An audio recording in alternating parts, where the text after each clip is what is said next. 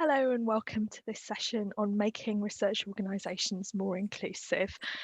My name is Isabella Pereira. I'm an SRA trustee and I'm also head of qualitative research methodology at Ipsos MORI.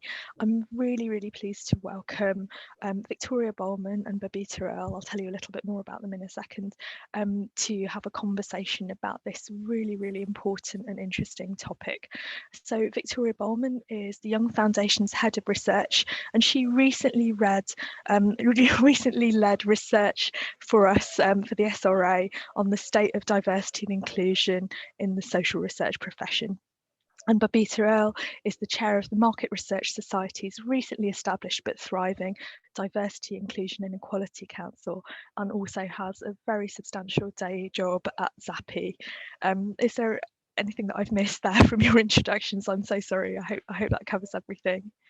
No, that pretty much covers mine. I'm also a advisory member for Women in Research as well, so the WIRE group.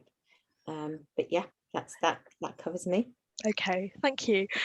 So I'm just going to pass on to Victoria to set a bit of context, drawing from the Young Foundation and the Social Research Association's recent research about diversity and inclusion. Thank you, Isabella. Yeah. So the research we did together was really the first comprehensive survey of UK social researchers on the issue of diversity and inclusion. And it kind of captured the views and experiences of almost 1,000 social research professionals. Now, obviously, we don't really know exactly how many people work in social research or really who they are, but we did make sure that we heard from people across a range of backgrounds and work in all sectors. So we've got social researchers in commercial organisations, public sector, academia, third sector, and of course a large army of freelancers out there as well. And so the research was really kind of capturing a diversity of views. And obviously we can't cover everything today that we've covered in the survey. I think there were 3 key findings that I really want to highlight up front, and then obviously we'll dig deeper into one of those in particular, I know. So first of all, there's a really strong perception that the profession can do better and should be doing better, just in terms of how representative it is of wider society, the extent to which actually we even value diversity and inclusion, and that actually extends through to how we fund research and how we design research. It's not just about who we are, but it's about what we do as well. It's not felt to be a particularly diverse profession, and I think there's a real need, that came across very strongly, to do more both to improve access to the profession and to retain talent as people progress. And so that's one of the things we'll come back and talk about a little more. Secondly, social researchers who are from marginalised groups or from minority backgrounds do tend to have more negative experiences of working in the profession, and we really struggle to include and accommodate people who have a diversity of identities or backgrounds or circumstances, and I think that is despite good intentions. And I think we do recognise that generally speaking there is good intentions, but we're just not quite hitting the mark. And those whose identities are kind of comprised of multiple kind of minoritized characteristics tend to report worse experiences than those who maybe only have one or a couple of those characteristics. And so it's that intersectionality of people's personal characteristics and their experiences which really shape what their working life is like in social research, and really just compounds that complexity around poor practices, poor processes, and poor behaviours as well at times. And then the final point I really wanted to make is that although organisations do appear to value diversity and inclusion, employees don't think that, generally speaking, efforts so far have really made as much of a difference as is needed. And so, yeah, I think we'll come back to at the end of this is that there really is a strong feeling that we need to do more. Yeah. Okay. Thank you so much, Victoria. And this research was published in the summer of 2021, earlier this year. It's available on the SRA website, and it's quite possible that we can post it in the chat as well, so that you can have a look at it while you're listening to this conversation. So just picking up on your point there about access to the profession, Victoria, I'd like to start our discussion talking about the various initiatives that there have been to sort of try and change the profile of the research profession at entry level. And I know that things have been going on within organisations, but also right across the profession as well. And I wonder if I could ask Babita, first of all, to say a little bit about the enormous work that the MRS has been doing, and as well, maybe some other ideas and things that you've been doing in your own organisation too. Thank you, Isabella, and thanks for that, Victoria. I know I've seen the details of the results, and I remember first seeing them, and there's a sort of, yeah, okay, we expect this, and there's a huge frustration. And I'd love to get to a world and come on these sorts of conferences and discussions where we say we are doing better, because one of your first points is we can do better, and we say yes, we are doing better. And your second point is that we're not diverse enough, that we are improving diversity, and that people feel that they belong. You know, the results that you had with the study that you did really align with the results that we saw with the broader piece of research that the MRS did, that only a third of people felt that they belong within the industry. And that just becomes even more pronounced when you get to the more the minority groups, and that simply isn't good enough. And we keep on saying it's not good enough. And this is where I guess the council came together of various parties within the industry to say, look, we need to change this. And I will say that, yes, we are doing a lot, but I also feel we're probably not doing enough, and we're probably not moving fast enough as well. But what we're trying to change is a big change, cultural change. You know, we're trying to really change the face of our industry, because I think our biggest problem is that we are not credible within a lot of these minority groups. We don't feel accessible, and that in itself is a big challenge. But there are some things which are happening in terms of initiatives, and I always use the word initiative because it always feels like a voluntary side thing that we're doing. But there are lots of things going on in terms of partnerships with organisations out there, in terms of 10,000 Black interns, which started from the finance sector, which Sinead Hassan is driving for our industry. And there's many, many organisations, I think about 100 that have already been signed up to that. And we should start seeing those interns now come through. There's our and more, well, a university roadshow, and also new university partnerships. So there's one that we partnered with at Zappi through a referral from the MRS, the City Micro Partnership, which is all about bringing kids through from social disadvantaged backgrounds. There's another partnership with the Early Careers Foundation. There's the apprenticeship scheme. So there's huge amounts that we can do out there, and a huge amount that each organisation can look at to start tackling these sorts of problems. It's great, but there's also a challenge within that, is where do you start and who do you partner with, and whose job is it within your organisation to actually make sure that they work. So yeah, I mean, I think there's a lot out there, but it's first figuring out what is out there and what works for your organisation based on the goals that you're trying to achieve. Thanks, Babita. We're going to talk a little bit more about the challenges shortly, but I wondered, Victoria, would you mind saying something about what the Young Foundation have been up to in terms of accessing the Kickstarter fund?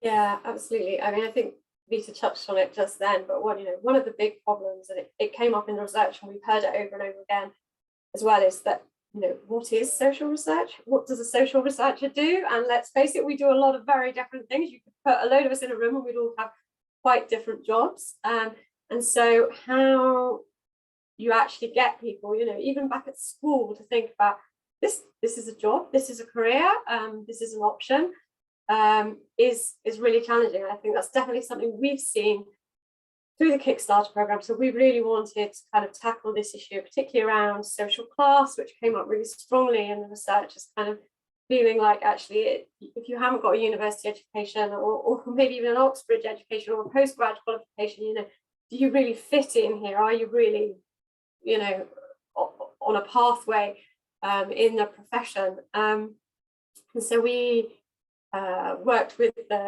we kind of jumped on the Kickstarter scheme when we first saw it, and we were really keen to bring in a cohort of young people from very different backgrounds, and who, you know, in line with the scheme, are a little way away from the labour market in some senses. And it was really fascinating, because actually what it did show was it really underscored that point, in that actually one of the biggest challenges we've had is getting even job coaches in job centres. You know, it's not their usual kind of job that comes along, and it's not very obvious what it is. And, you know, we've tried varieties of wording to help people understand, but actually we've had to have lots of kind of real one-to-one conversations with people to explain to them, this is what being a researcher is, this is the kind of careers it can lead to, this is why it's a good opportunity for young people. And similarly with young people, but what we've also found is when you get these young people in, they're amazing. You know, they are really, really brilliant. We've had 15 so far, and they come from all backgrounds. Some of them have been to university, but for example, they have disabilities, which mean they can't move to London to get a classic graduate job. They need to be living at home. And so actually the kind of accommodation of pandemic and Kickstarter remote working has meant suddenly they've got opportunities that they didn't have before. And then we've got young people who left school and didn't go on to further education, and they've all come in. We've been working with youth commissioners as well from the Youth Futures Foundation, and they've been off doing really peer, you know, youth-led research on topics around employability, financial literacy, all kinds of topics. And it's been brilliant, and they have really embraced it. And obviously it's not for all of them. You know, we wouldn't expect 15 young people to come in and decide that actually, yes, I want to be a social researcher, but some of them do, and some of them will go on into longer roles. And I think it shows that if we push ourselves out of our comfort zone, then, you know, we can bring different people into the industry. Mm. Can I just, there's two things that you said there, Victoria, which I was sort of raised a question in my mind, because obviously, yeah, there seems to be an Oxbridge profile within the industry, or there's perceived to be, but even within that set of universities, is our industry even well understood, right? And then, you know, we're doing a lot in bringing new blood into our industry from various more diverse backgrounds. The challenge we have there is, are we then culturally set up to retain these new young people who are wowed by, you know, what they see and what they learn? But as you go up in the organisation, you know, and this is why I think that the apprenticeship scheme that the MRS has just launched is also really important, because the debate we had was, you can bring people in from different backgrounds, but we need to have the infrastructure and the ownership to actually retain them as well. And all our research shows that there's a higher fallout of women, higher fallout of people from ethnic minorities, because of belonging, feeling, you know, just the feeling that they're never going to progress for who they are. So it's about, it all needs to be connected and it all needs to work together.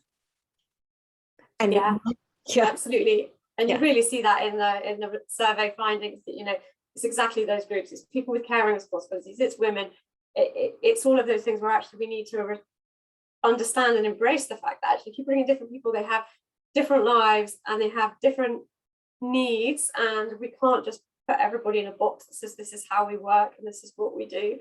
And actually they bring hugely diverse skills and experiences, and actually one of the things that people were saying in the research is, you know, that's not valued. My lived experience isn't seen as an asset, it isn't seen as a strength if it doesn't fit into one of these kind of traditionally defined boxes and kind of routes of progression. So yeah, absolutely. I'd definitely like to talk a little bit more about that. And Victoria, I know there's some material that came out in our research as well, that the work that you did that we can talk about. I wondered, Babita, would you mind saying a little bit more about the MRS apprenticeship scheme? Because I think a lot of people would be really interested in that.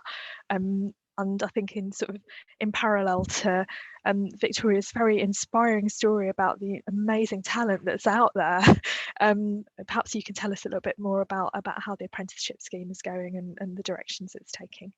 Well, actually, the person who knows most about it is Louise Maycock at Ipsos. So I know she's been working with Jane and the MRS to actually get this off the ground. And plus, we needed a number of organisations to come together to set the standards of what the apprenticeship scheme looks like. So it's just been launched. And as I said earlier, it's very much a route into our industry outside of the sort of you need a degree, so a much lower level qualification. There's the standard of what you need to be trained on and the qualification you get, and I think organisation, there's a certain amount of funding also available as well. So it's removing a lot of the barriers in terms of how well, what is the standard, what is the sort of training program, what's the entry level, there's some funding behind it. So it's all on the MRS website, and I think it's now open for organisations to actually apply for. And one of the primary purposes is to set ourselves up to enable youngsters who aren't traditionally university graduates to be successful and have careers within our industry, and have the building blocks around the training and the knowledge building, so that they have careers within market research. Yeah, it's a really exciting development. And I'd like to talk a little bit about some of the challenges in sort of taking these things forward. I mean, it sounds like one of the things you've both talked about is awareness of the profession, understanding of the profession. It sounds like, Victoria, you've almost had to sort of hand sell social research to these individuals, and we know when they've tried it, they've liked it. What do you think we could be doing more of? What do you think we could be doing better? Gosh, it's a big question. I think there is something about the fact that actually, as we cut across all these kind of different professional sectors, and if you say to someone at 18, what does a teacher do? What does a vet do? What does a hairdresser do? They know, and actually, and you can at least make a good guess about how you get to be one of those. But it's really hard with what we do, and I think I would really like to see some more kind of cross-sector thinking where we come together and say, actually, do you know what, we're all trying to do the same thing. We know that people move. They move between client side and agency. They move between freelance and employed roles. We know that there's this movement within the sector. So how do we actually kind of combine all our strengths to kind of create a bit more of a unified voice about what social research is, the different routes that are available to you to come into it, and that actually, it's not a very tight pathway. Actually, there are lots of opportunities in social research.